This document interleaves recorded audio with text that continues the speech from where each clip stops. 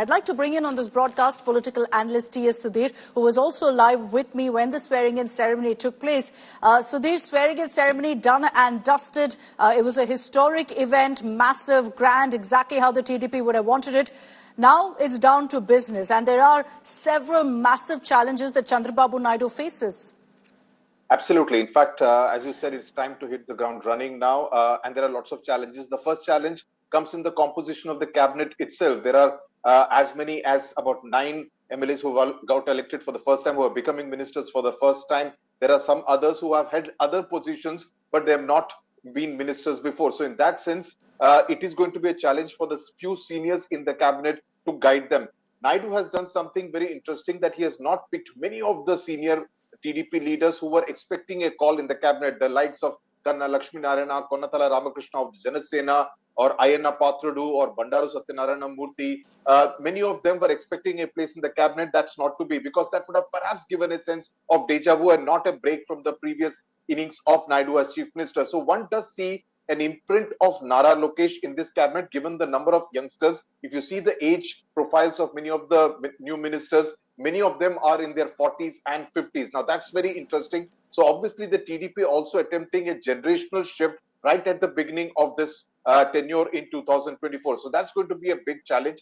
The second big challenge, of course, is not to go to the center asking for funds for everything. So Naidu will have to look at ways on how to raise funds independent of the center, because that's something which is going to be very important when it comes to funding different projects, including the welfare schemes. The fact that he has promised 20 lakh jobs, he needs to kind of ensure that they are able to attract industry, offer them incentives in order to ensure that instead of a Hyderabad or a Bengaluru or a Chennai or even a Bhubaneswar, they come to different cities in and around Andhra Pradesh where they could look at investing. The third big challenge, and according to me, this is a big one, is to find the right officer for the right job. The IAS and the IPS, and we have seen this over the last decade in Andhra Pradesh, has been pretty much a divided lot. In fact, the Telugu Desam had gone to town accusing many of the officers of behaving as if they were YSRCP activists. So that is going to be a tall ask, getting the right officers. The chief secretary has been changed. Neerab Kumar Prasad, who we saw at the swearing-in ceremony, is the new chief secretary. The principal secretary and the secretary to the CM have been appointed. They need to find people for the Tirumala Tirupati Devasthanams. So a lot of important appointments need to be made in the next few days, because that's really going to be significant given the fact that many of the ministers are inexperienced.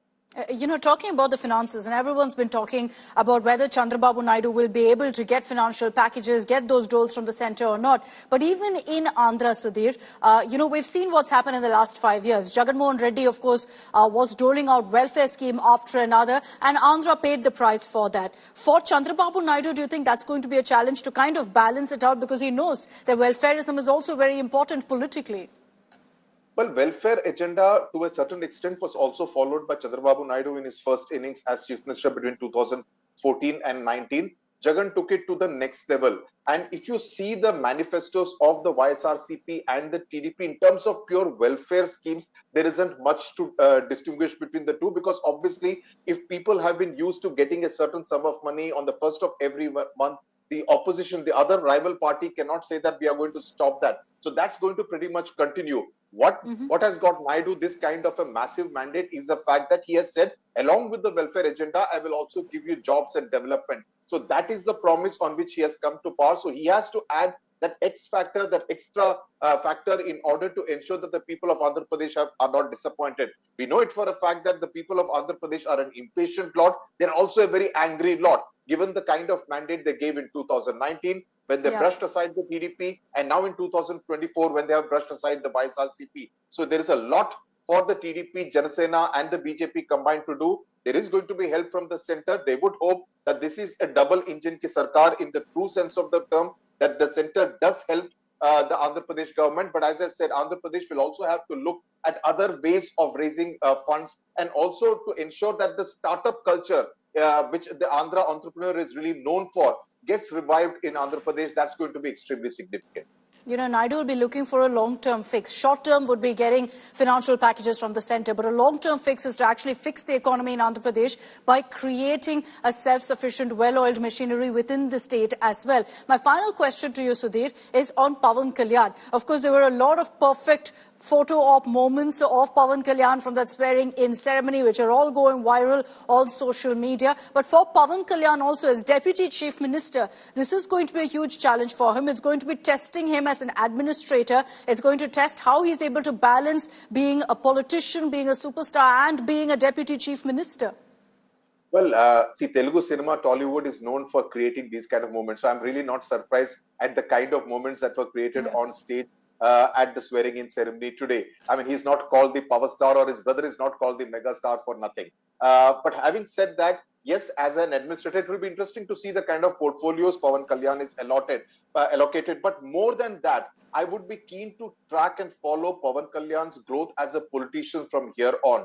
Would he be happy playing second fiddle to the Telugu Desam and Chandrababu Naidu for a longer period of time? Or would he want to emerge as an even stronger politician in the days and years to come? Now, that's going to be extremely interesting to see. He has age on his side, and the fact that the people who support him are an impatient lot. They would want to see him in getting the top job. So we would have to see how this entire romance between Chandrababu Naidu and Pawan Kalyan plays out in the years to come. I'm not saying there would be trouble, because Pawan Kalyan has shown that he's a person with a big heart.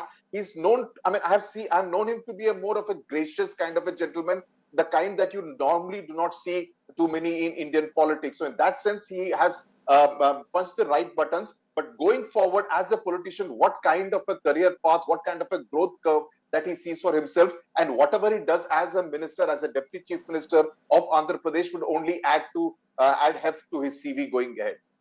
You know, very true. He comes across and always speaks about how loyal he is to Chandrababu Naidu and Prime Minister Modi, but he'll want to also carve his own political niche, for which he'll have to stand on his own 2 feet as well. Thanks very much, Sudhir, for joining us here on India Today.